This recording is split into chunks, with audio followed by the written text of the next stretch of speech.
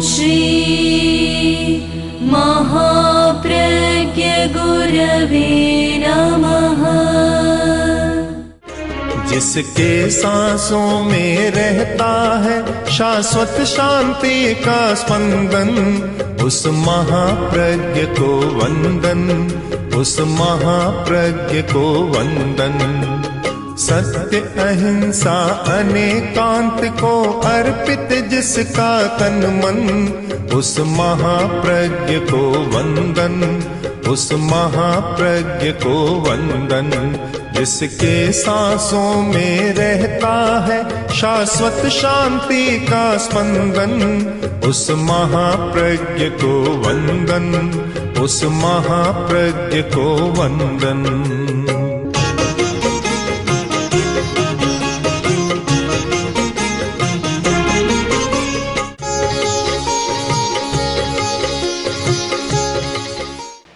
जब तक चेतना बचपन की रहती है तब तक प्रेय अच्छा लगता है, श्रेय अच्छा नहीं लगता। एक कारण तो है अज्ञान, बचपन। बचपन एक अवस्था का बचपन होता है और एक अज्ञान का बचपन होता है। ज्ञान का भी बचपन होता है। जिसका ज्ञान बहुत छोटा है वह बचपन है, चाहे 90 वर्ष का 100 वर्ष का हो गया तो भी वह बच्चा है। ज्ञान का विकास नहीं हुआ। 10वें कालिक सूत्र में ठीक कहा गया कि अन्नाणी किंग काही किंगवा नाहिसी शे पावगम। अज्ञानी क्या करेगा? वह नहीं जानता कि श्रेय क्या है और पाप क्या है। वह क्या करेगा जो जानता ही नहीं है?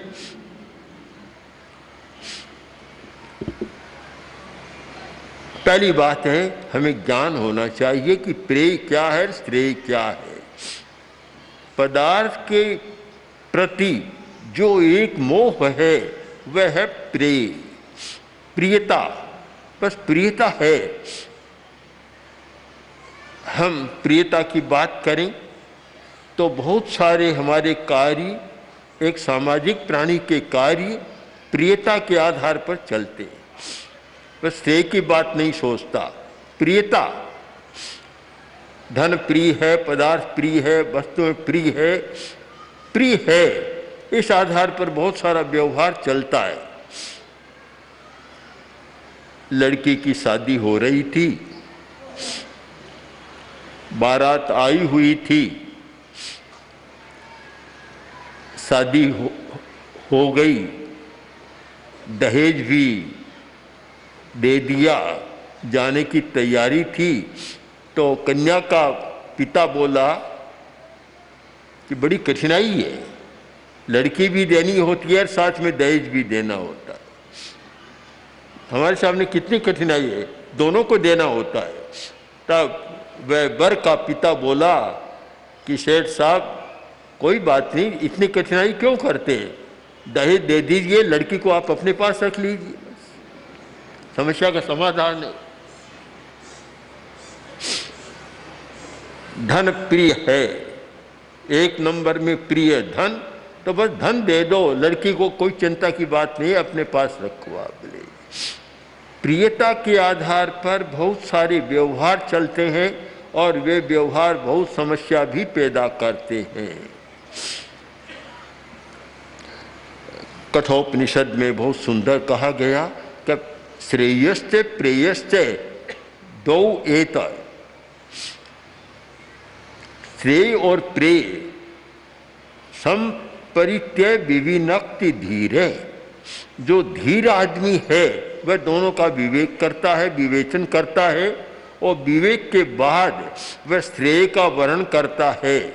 और जो एक विवेकशील आदमी नहीं है, धीर नहीं है, वह आदमी योगक्षेम वृणीते, वह योगक्षेम की चिंता में रहता है।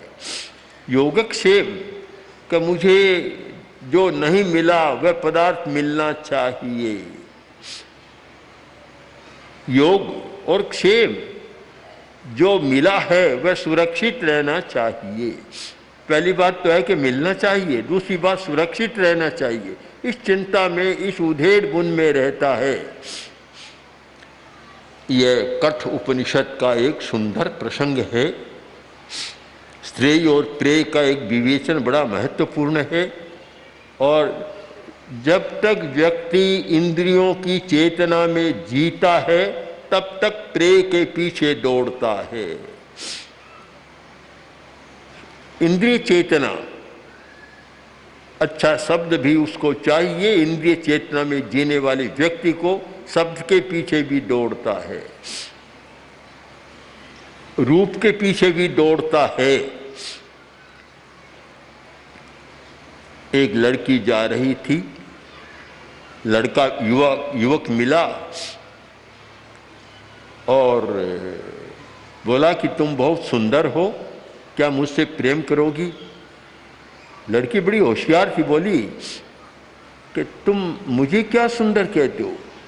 सुंदर देखना हो तो मेरे पीछे मेरी बहन आ रही है, उसको देखो। उसको छोड़ दिया और उधर दौड़ा, रूप के पीछे दौड़ा, उधर दौड़ा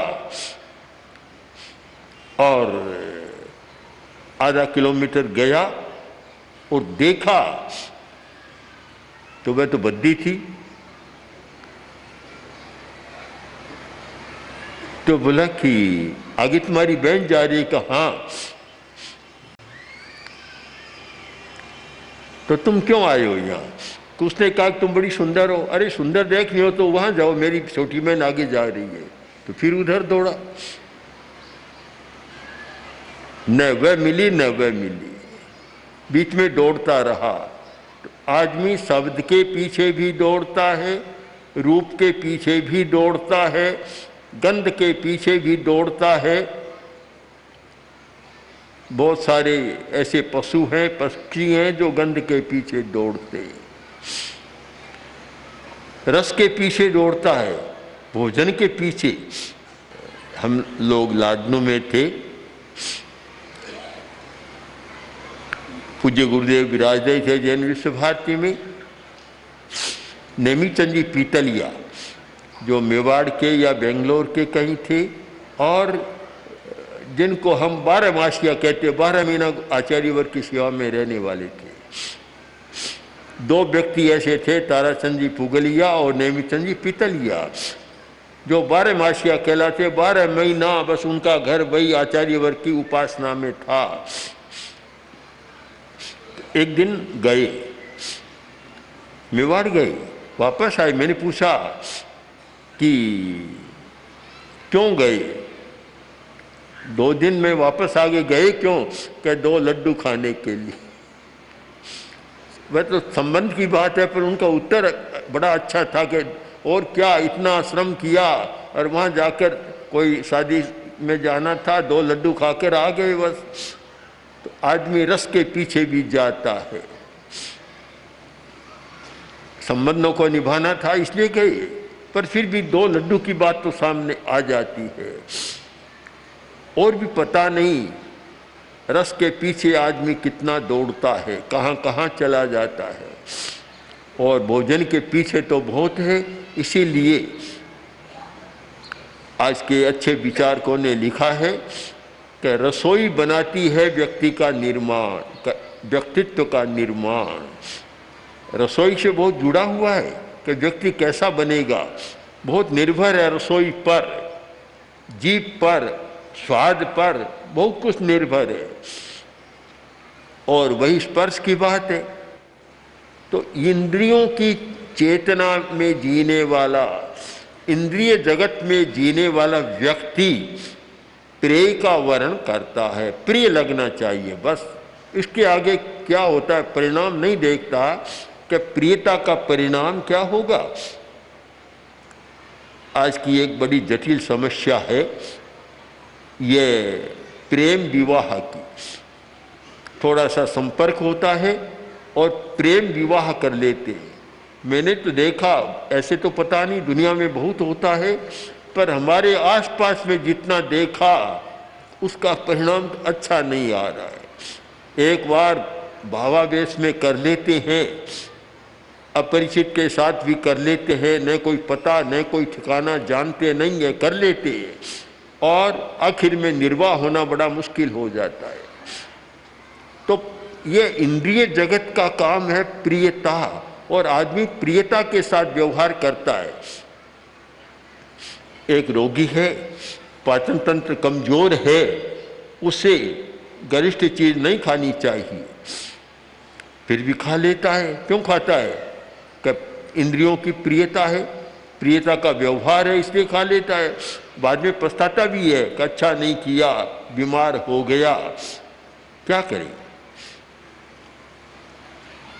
एक प्रसंग ऐसा बना कि एक वैद्य था और वैद्य के पास दो व्यक्ति बैठे थे।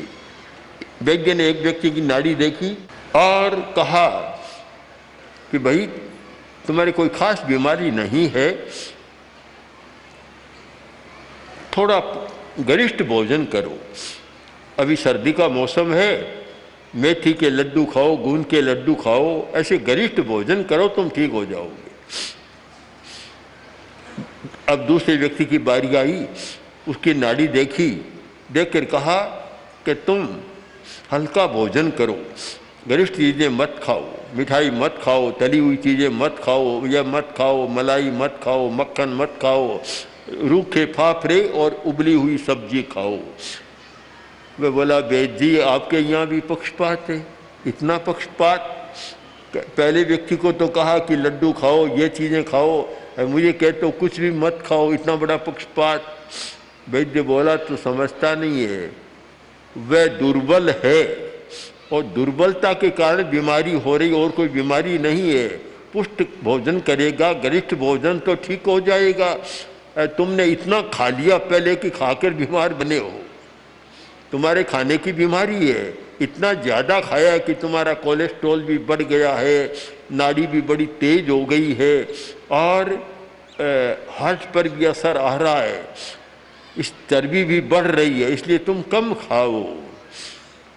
अब वैद्य का निर्णय था हित के आधार पर, उस व्यक्ति का निर्णय था प्रियता के आधार पर कि मुझे मनाही करें, पक्षपात कर रहे। ये प्रियता और श्रेय और प्रेय, प्रियता और हित, इन दोनों के आधार पर हमारे बहुत सारे निर्णय होते हैं। किंतु जो धीर पुरुष है वह श्रेय को प्राथमिकता देता है, प्रेय को गौण करता है। धीर वह होता है कि जिसमें मनोबल होता है, जिसका मन नियंत्रण में होता है, इंद्रियां नियंत्रण में होती है, वह पुरुष धीर कहलाता है। मनोनियामिका शक्ति धृति, हमारे मन का नियमन करने वाली शक्ति है हमारी धृति, और जिसमें धृति होती है वह धीर पुरुष होता है। धीर आदमी वह विचलित नहीं होता, वह इंद्रियों के माध्यम से कोई गलत काम नहीं करता। धीर है, बहुत बड़ा होता है वह व्यक्ति जो धीर होता है। धीर का मतलब हो गया, तात्पर्य में यह अर्थ हो गया कि जो इंद्रिय चेतना से ऊपर उठ चुका और अतीन्द्रिय चेतना के जगत में प्रवेश कर चुका। दोनों का निर्णय अलग होता है, अलग अलग निर्णय। जब पुरोहित घरवार को छोड़कर दीक्षित हो रहा है, तब राजा ने सोचा कि पुरोहित, उसकी पत्नी, उसके दोनों पुत्र, पूरा परिवार दीक्षित हो रहा है, मुनि दीक्षा ले रहा है, पीछे कोई नहीं है। तो जहाँ परिवार में कोई नहीं होता वह संपत्ति राज्य की होती। राजा का सारा ध्यान प्रियता की ओर जा रहा था कि संपत्ति राज की होती है। आदेश दिया कि पुरोहित की सारी संपत्ति राज्य भंडार में, कोष में ले आओ और यहाँ स्थापित कर दो। संपत्ति आने लगी, संपत्ति आ रही है। महारानी गवाक्ष में बैठी थी अपने वातायन में, और महारानी ने देखा कि आज ये इतना धन कहाँ से आ रहा है।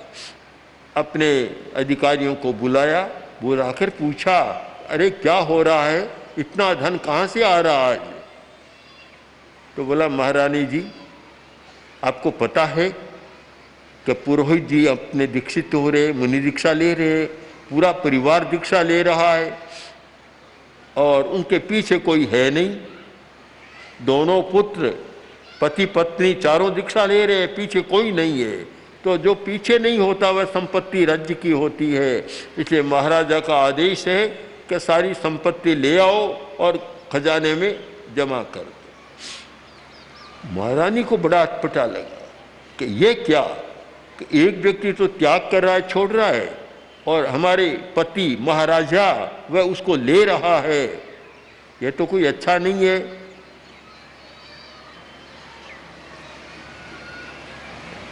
महारानी गई, तत्काल महाराजा के पास, इशुकार के पास महारानी कमलावती वहाँ गई, जाकर बोली कि महाराज आज आप क्या कर रहे? बोला, क्या कर रहा हूँ? कुछ नहीं कर रहा हूँ। कुछ नहीं, क्या कर रही? ये क्या आ रहा है धन? कि ये तो पुरोहित का आ रहा है, तुम जानती नहीं हो, तुम्हें क्या पता इसका, राज्य संचालन का पता नहीं है तुमको। हमारा एक कानून है, नियम है कि जहाँ पीछे कोई संतान न हो वह सारा धन राज्य का होता है, इसलिए मैंने धन मंगवा लिया। महारानी बोली, महाराज थोड़ा चिंतन करो, कोरा कानून पर मत चलो, एक नैतिकता भी होती है। बनतासी पुरुषो रायंग नसो होई प्रशंसियो, ये तो आपका वमन किया हुआ धन है, आपने ही तो धन दिया था पुरोहित जी को, आपने दिया था, ये तो आपका दिया हुआ तो एक वमन हो गई। क्या वमन को खाना कभी अच्छा होता है? बनतासी पुरुषो रायम नसो होई प्रशंसियो, यह कोई प्रशंसा के योग्य बात नहीं है कि जिसको त्याग दिया उसको फिर से लेना अच्छी बात नहीं है। महाराजा को थोड़ा सोचना पड़ा, देखा कि आज कौन बोल रही, कौन कह रहा है, एक ध्यान दिया। फिर महारानी बोली, कभी कभी स्त्रियां बड़ी संबोध देने वाली होती है। आगम साहित्य में तो ऐसा मिलता, अनेक बार स्त्रियों ने अधीर व्यक्ति को धीर बना दिया और संबोध दे दिया। तो महारानी बोली कि आप क्या करेंगे? राजा बोला कि धन का क्या करेंगे, धन के बिना तो राज्य का संचालन कैसे होगा, राज्य को धन की जरूरत है। जब राजस्व कम आता है और खजाने में धन कम होता है तो राजा की शक्ति कम हो जाती है, वह पूरी शक्ति का उपयोग नहीं कर सकता, न अच्छी सेना रख सकता, न अच्छा निर्माण कर सकता और न प्रजा को सुख दे सकता। धन तो जरूरी है और आखिर धन ही तो काम आएगा। राजा ने ऐसी बात की जैसे मानो धन ही सब कुछ है, शरण देने वाला है। यद्यपि धन की अपनी उपयोगिता है पर सब कुछ नहीं है, और राजा ने तो ऐसा एक बात कह दी मानो धन ही सब कुछ है। महारानी तब एकदम बोली और ऐसी जैसे सैंघी गर्जना की कि महाराज आप भ्रम में हैं, आप सच्चाई को नहीं पकड़ रहे हैं। अब जानते हैं एक दिन सबको छोड़कर जाना है, कोई भी आदमी अमर नहीं है, अमर रहने वाला नहीं है, सबको मरना है। आज तो है तो उसके पास है, जिस दिन मरा पास में कुछ भी नहीं, न कोई साथ में ले जाता। महाराज धन सब कुछ नहीं है, त्राण देने वाला नहीं है। जो त्राण देने वाला है उसकी ओर आप ध्यान नहीं दे रहे। राजा धर्म की ओर कम ध्यान देता था, जो त्राण है, शरण है, उसकी ओर आप ध्यान दें। उस समय महारानी ने जो कहा ऐसा महत्वपूर्ण वाक्य है कि एको धम्मो नर देवताणम न विजय अन्न मिहे किंची। महाराज एक धर्म ही त्राण है, शरण है, और कोई दूसरा त्राण देने वाला, शरण देने वाला नहीं है। जिस समय आदमी बिल्कुल अत्राण होता है, बीमारी के कारण अत्राण हो जाता है, बीमारी के कारण धन त्राण नहीं देता।